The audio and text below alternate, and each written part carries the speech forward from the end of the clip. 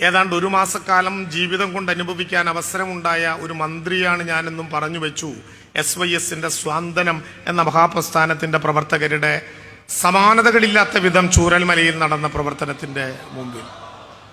ഇന്ന് നിങ്ങളെ അഭിസംബോധന ചെയ്യുമ്പോൾ ഒരു സന്തോഷം ഗവൺമെന്റിന് വേണ്ടി പങ്കുവയ്ക്കാനുണ്ട്. ജൂലൈ 30 പുലർച്ചെ ചൂരൽമല എന്ന പ്രദേശത്ത് പുഞ്ചിരിമുറ്റവും അട്ടാമലയും ആറാമലയുമായി വിഭജിച്ചു കിടക്കുന്ന ഒരു ഗ്രാമത്തിന്റെ തലയ്ക്കുമീതെ 1782 അടി മുകളിൽ പൊട്ടിയ ഒരു ഉരുളിന്റെ പേരിൽ നമ്മുടെ മണ്ണിൽ ഇനിയൊരിക്കലും തിരിച്ചു വരാത്ത വിധം ഒറ്റപ്പെട്ടു പോവുകയും മരണപ്പെട്ടവരെ ഓർത്ത് ദുഃഖിക്കുകയും മരണപ്പെട്ടവരിൽ ബാക്കി നിൽക്കുന്നവരുമായിട്ടുള്ള സമൂഹത്തിന്റെ പുനർനിർമ്മാണ പ്രവർത്തനത്തിന് ജാതി മത രാഷ്ട്രീയ വർണ്ണവർഗ ലിംഗവ്യത്യാസമില്ലാതെ കേരളം ഒരു മനസ്സായി നിൽക്കുന്ന കാലമാണ്. കൃത്യതയോടുകൂടിയായിരുന്നു കേരളത്തിന്റെ തയ്യാറെടുപ്പുകൾ.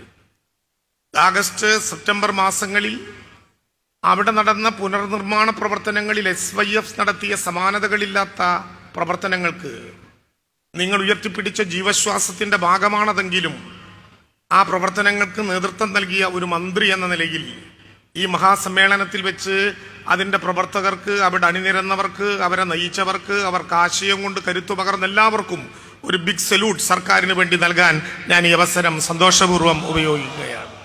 അവിടെ ഒരു അനുഭവം ഉണ്ടായി. SYSന്റെ പ്രവർത്തകർക്കെല്ലാം ചോദിച്ചാൽ അറിയാം. ആദ്യത്തെ മനുഷ്യനെ കണ്ടെത്താനുള്ള പ്രവർത്തനങ്ങൾ മുതൽ ബുറയിൽ ഗ്രൗണ്ടിൽ പല പേരുകളിലിട്ട ടീഷർട്ടുകളുടെ മുഖങ്ങളിൽ അണിഞ്ഞ PP കിറ്റിൽ ജാതി മറന്ന്, മതം മറന്ന്, രാഷ്ട്രീയം മറന്ന് ഒരുമിച്ച് അച്ഛനാണോ അമ്മയാണോ, ഉമ്മയാണോ അമ്മയാണോ, സഹോദരനാണോ സഹോദരിയാണോ എന്നറിയാതെ പൂർണ്ണമായ മൃതശരീരങ്ങൾ മാത്രമല്ല മൃതശരീരാവശിഷ്ടങ്ങളും ബുറയിലിന് വിധേയമാക്കുമ്പോൾ സർവമത പ്രാർത്ഥനയും ഗൂഗിൾ സല്യൂട്ടുമായി അങ്ങനെ യാത്രയാക്കുന്ന ഓരോ മൃതശരീരത്തിന്റെ പാക്കറ്റിനെയും സ്വന്തം കുടുംബാംഗം പോലെ ചേർത്തു പിടിക്കുന്നതിൽ നമ്മളെല്ലാവരും ഒരുമിച്ചായിരുന്നു. എന്നെ അഭിമാനം കൊള്ളിച്ച പല വസ്തുതകളിലൊന്ന് അവിടെയുള്ള വലിയ ജനകീയ തെരച്ചിൽ നമ്മൾ സംഘടിപ്പിച്ചുകൊണ്ടിരിക്കുകയാണ്.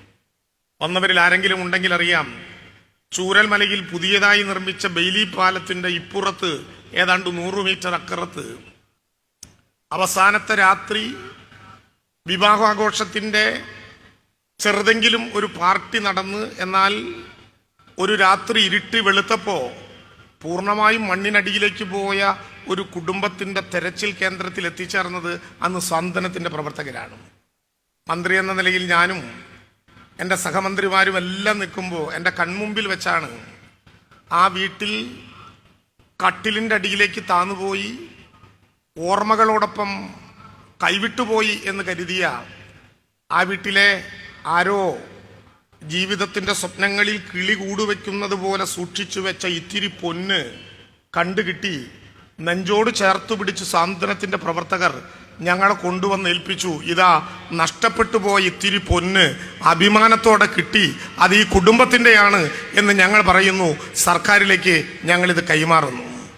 സത്യസന്ധതയുടെ ജീവശ്വാസം സാന്ത്വനത്തിന്റെ പ്രവർത്തകർ നടത്തിയ സമാനതകളില്ലാത്തൊരു അനുഭവത്തിന്റെ മുമ്പിൽ അവിടെയാണ് നിൽക്കുന്നത്.